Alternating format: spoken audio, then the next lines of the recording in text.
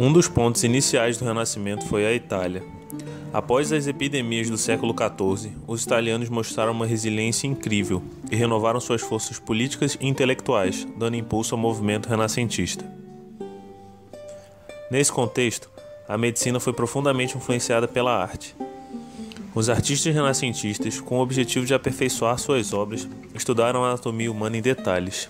Dentre eles destacam-se Michelangelo, Rafael e, principalmente, Leonardo da Vinci. Foi o maior artista e cientista do Renascimento italiano. Acreditava que o conhecimento anatômico necessário para realizar suas obras de arte só era possível de ser adquirido dissecando corpos humanos.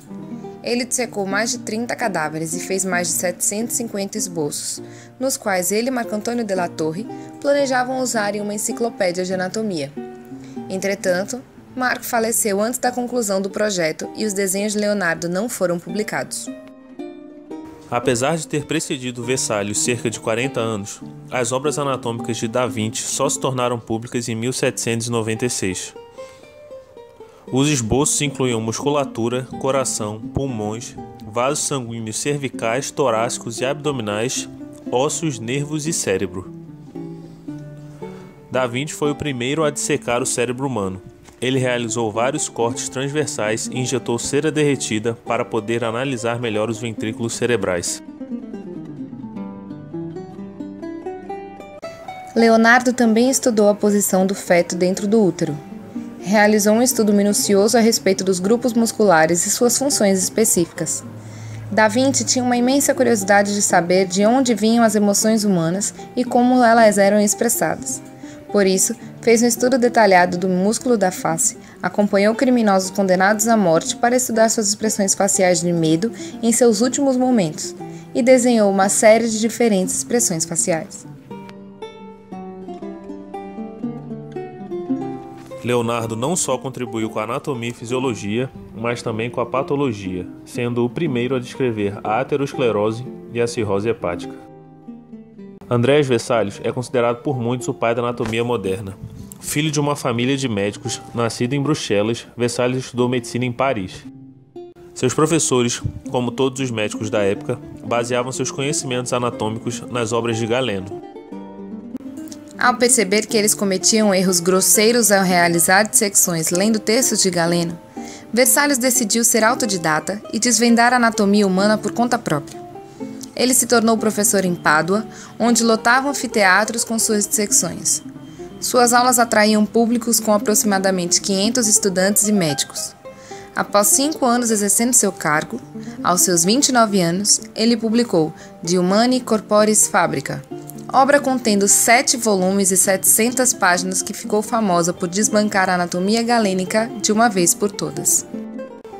Vesalius demonstrou que Galeno estava errado em vários aspectos, como quanto à estrutura do coração, o trajeto das veias, o osso externo, o fígado, o ducto biliar, o útero e outros aspectos da anatomia. Como contradizer Galeno era considerado uma heresia, foi muito criticado pelos seus contemporâneos, inclusive por seus mestres, a ponto de abandonar a carreira acadêmica e se tornar médico do imperador Carlos V e depois de Filipe II da Espanha. Vesalius foi condenado à morte pela Inquisição por ter dissecado um nobre enquanto estava vivo. Ele teria se equivocado e só após ter começado a dissecção percebeu que o coração do nobre ainda batia.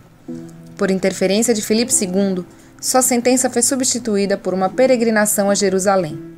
Na volta de sua viagem, o navio em que estava naufragou e Vesalius ficou preso na ilha de Zakynthos, onde morreu de fome aos 50 anos.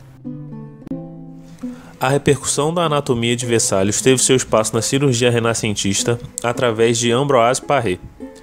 Foi aprendiz de barbeiro que, por conta de sua genialidade e de muito trabalho, se tornou um dos melhores cirurgiões do século XVI. Ele assumiu o cargo de melhor cirurgião da Europa que Guy de Chauliac havia deixado há cerca de 200 anos atrás. Ambroise era um humilde cirurgião do exército que salvou milhares de vidas. Não teve nenhuma educação formal. Sua formação foi através do campo de batalha. Em seus 30 anos como cirurgião militar, serviu 4 reis e descobriu importantes novos métodos para se tratar feridas. Além da cura, Ambroise se preocupava também em confortar pacientes cujos ferimentos eram letais. Ele se tornou um herói de guerra e era adorado por todos os soldados. Em um de seus casos, após cuidar de um soldado em estado grave, Parra escreveu humildemente: "Eu o tratei e Deus o curou." Essa acabou se tornando sua doutrina de vida. Grande parte do trabalho de Ambroise foi voltado para a reabilitação de soldados mutilados em guerra. Por isso, produziu uma grande quantidade de próteses que iam desde mãos e pernas até narizes. Silvius foi professor de Versalhes em Paris, e diferente de seu pupilo defendia fortemente Galeno, a ponto de chamar Versalhes de louco. Silvius nomeou as artérias jugular, subclávia, renal, poplítea e outros vasos, além do famoso aqueduto de Silvius. Falópio. Pupilo fiel a Versalhes descobriu o seio esfenoidal, os ovários e as tubas ovarianas ou de Falópio, ligamento redondo, nomeou a vagina e a placenta, entre outros feitos. Assim como Versalhes, foi acusado falsamente de vivissecção. Escreveu diversos tratados de anatomia, embriologia e cirurgia. Gasparo Tagliacozzi inovou a rinoplastia na época em que a sífilis desfigurava os europeus. Foi um dos pioneiros da cirurgia plástica, descrevendo reconstituições nasais, auriculares e labiais com transplante pediculado de membro superior. Além disso, foi a primeira vez que a correção estética foi relacionada com a autoestima. Fez bem ao espírito e à mente, escreveu Tagliacozzi.